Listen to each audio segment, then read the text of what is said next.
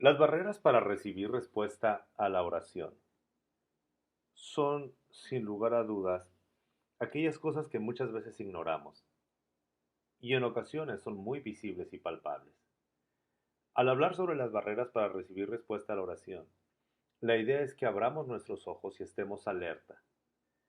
La principal barrera no necesariamente tiene que ser algo malo, sino que es esas cuestiones que malinterpretamos y consideramos que hemos avanzado. De hecho, este mismo curso puede convertirse en una barrera para que tú llegues a tener una respuesta a la oración.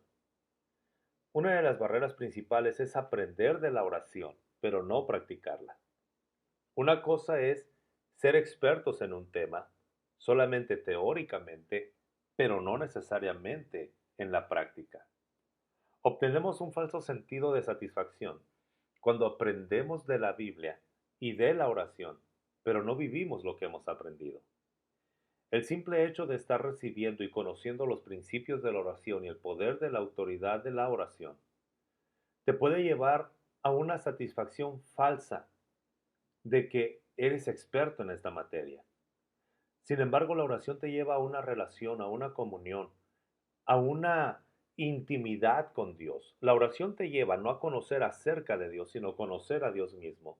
Entonces, el aprender de la oración y no practicarla es una barrera para recibir respuestas. El consentimiento mental en vez de la acción es otra de las barreras que tenemos para recibir respuesta a la oración. Es decir, estamos de acuerdo con Dios, leemos su palabra, escuchamos de su palabra, estamos de acuerdo con Dios, pero no le creemos a Dios, no creemos en Dios, no creemos en lo que Él puede hacer, no creemos en la manera en la cual Él puede actuar. La tercera barrera es igual de peligrosa y de sutil. Oímos la palabra de Dios, pero no la asimilamos.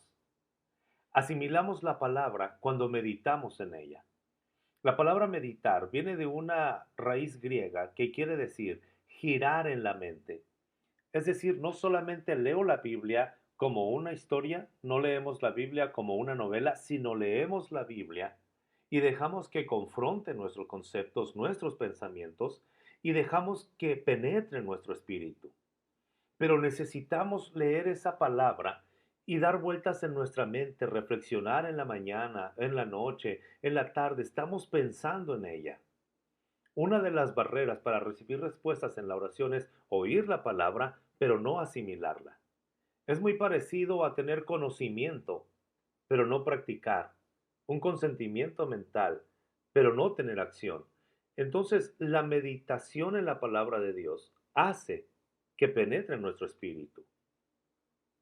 Otra barrera que tenemos para recibir respuestas en la oración es ilusionarnos en vez de tener fe. Es decir, nos ilusionamos porque hemos escuchado en nuestra imaginación una respuesta, pero esa esperanza no es una respuesta o una promesa bíblica. Es decir, nos ilusionamos cuando nuestra esperanza no es una promesa bíblica, sino producto de nuestra imaginación.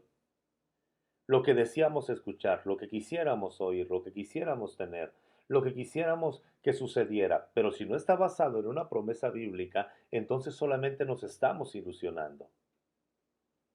Una barrera muy común es orar pidiendo fe. Este tipo de oración realmente se basa en la incredulidad. ¿Por qué? Porque nosotros estamos orando porque ya creemos. La fe no viene cuando oramos, la fe viene y aumenta cuando oímos, creemos y ponemos en práctica la palabra de Dios. Cuando nosotros decimos, Señor, quiero más fe, estoy orando para que Dios me dé fe, es contradictorio, porque si tú estás orando, es porque ya tienes fe, es porque crees que Dios puede hacer las cosas.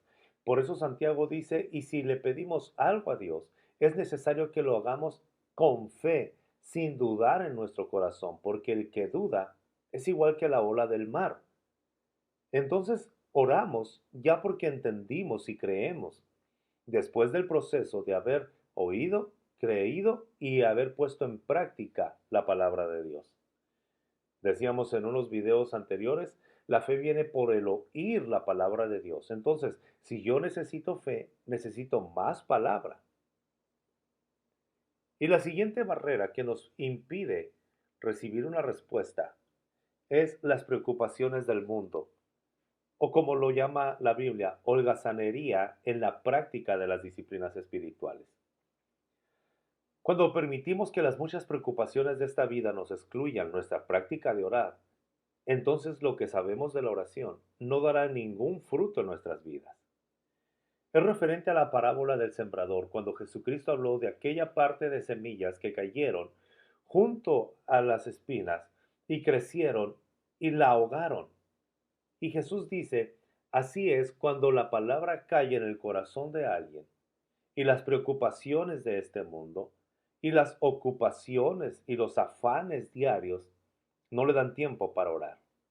Así como necesito la palabra de Dios para que crezca mi fe, necesito la oración para que pueda haber fruto en mi vida.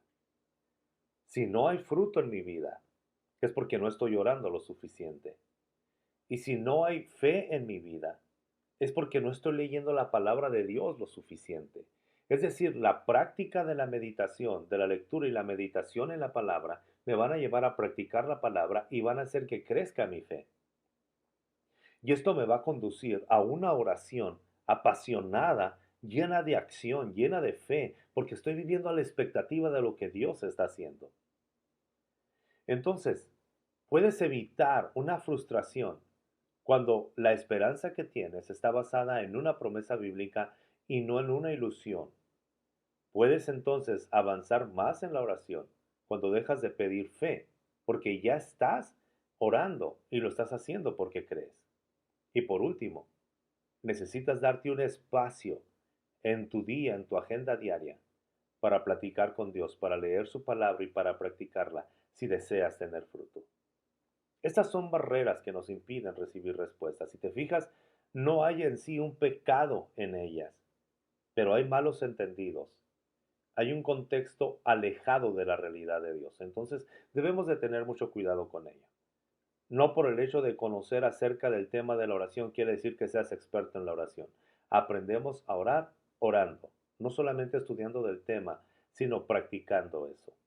Entonces, te invito a que lo hagas con alegría, con regocijo, porque Dios desea mostrar su amor al mundo a través de tu vida e involucrarte a ti en los propósitos que Él tiene para esta tierra.